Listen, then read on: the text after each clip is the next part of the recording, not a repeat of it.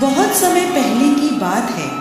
एक छोटी सी गौरैया समुद्र के किनारे एक गड्ढे में घोंसला बनाकर रहती थी। वहां उस गौरैया ने 2 अंडे दिए।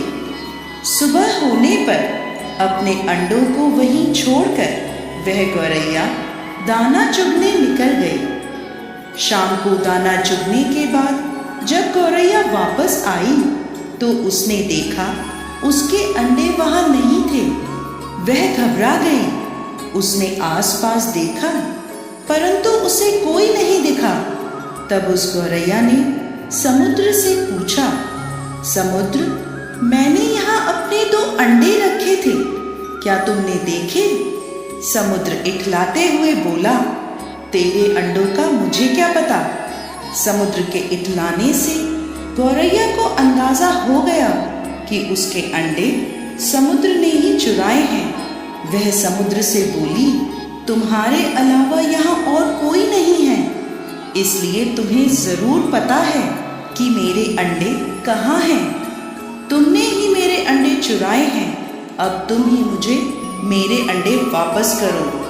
गौरैया की यह बात सुनकर समुद्र को हंसी आई और वह अहंकार में बोला, मुझे नहीं पता तुम्हारे अंडे कहाँ हैं, ढूंढ सकती हो तो ढूंढ लो।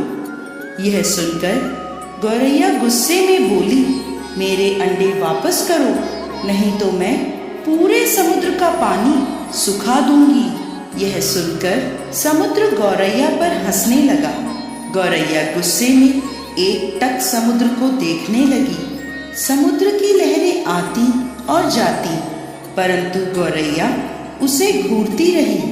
गौरैया बोली, समुद्र, तुम ऐसे नहीं मानोगे, अब मैं तुम्हारा पानी सुखाकर ही रहूंगी।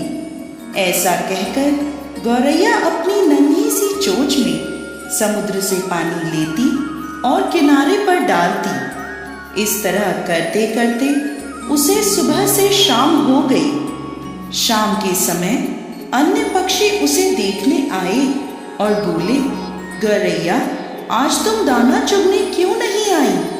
परंतु गौरैया तो गुस्से में कुछ नहीं बोली, बस अपनी चोंच में समुद्र से पानी लेती और किनारे पर डाल देती। सभी पक्षियों ने उसे बहुत समझाया कि यह कार्य असंभव है। समुद्र का पानी कौन सुखा सकता है? लेकिन गौरैया बोली, मैंने प्रण किया है, मैं इस समुद्र का पानी सुखाकर ही रहूंगी, जिससे मेरे अंडे मुझे वापस मिल जाएंगे। ऐसे दृढ़ निश्चय के साथ वह गौरैया अपने कार्य में लगी रही। जब वह थक जाती तो थोड़ी देर रुक जाती और फिर अपने कार्य में लग जाती। यह सिलसिला 3 से 4 दिनों तक चलता रहा और गौरैया का स्वास्थ्य धीरे धीरे गिरने लगा। यह देखकर सभी प्राणी पशु पक्षी हैरान थे। सबको उसकी चिंता होने लगी। तब सभी पक्षी मिलकर पक्षियों के राजा गरुड़देव के पास पहुंचे और उनसे बोले, महाराज, यह नन्ही सी गौरैया अपनी जिद पर अड़ी है और इतने विशाल समुद्र का पानी सुखाने का प्रयास कर रही है। यह सुनकर गरुड़देव समुद्र तट पर गौरैया के पास पहुंचे और बोले, गौरैया, क्या हम तुम्हारी कुछ मदद कर दें? हमारी चोंच कुछ बड़ी है। गौरैया गुस्से में बोली, यह मेरा काम है, मुझे करने दो, मुझे किसी की मदद नहीं चाहिए। गरुड़देव समझ गए कि गौरैया अपने बच्चों की चिंता से गुस्से में है। तब गरुड़देव भगवान श्री हरि विष्णु के पास गए और उनसे मदद की विनती करने लगे और बोले, प्रभु, आप सृष्टि के रचयिता हैं, अब आप ही कुछ चमत्कार कर सकते हैं। यह नन्ही गौरैया जिद में आकर समुद्र का पानी सुखाने की ठान बैठी है, जो कि संभव नहीं है। भगवान विष्णु ने देखा कि गौरैया निरंतर अपने कार्य में लगी है। उसके दृढ़ निश्चय को देखकर प्रसन्न होकर भगवान श्री हरि विष्णु ने समुद्र देव से पीछे हटकर गौरैया को उसके अंडे लौटाने को कहा।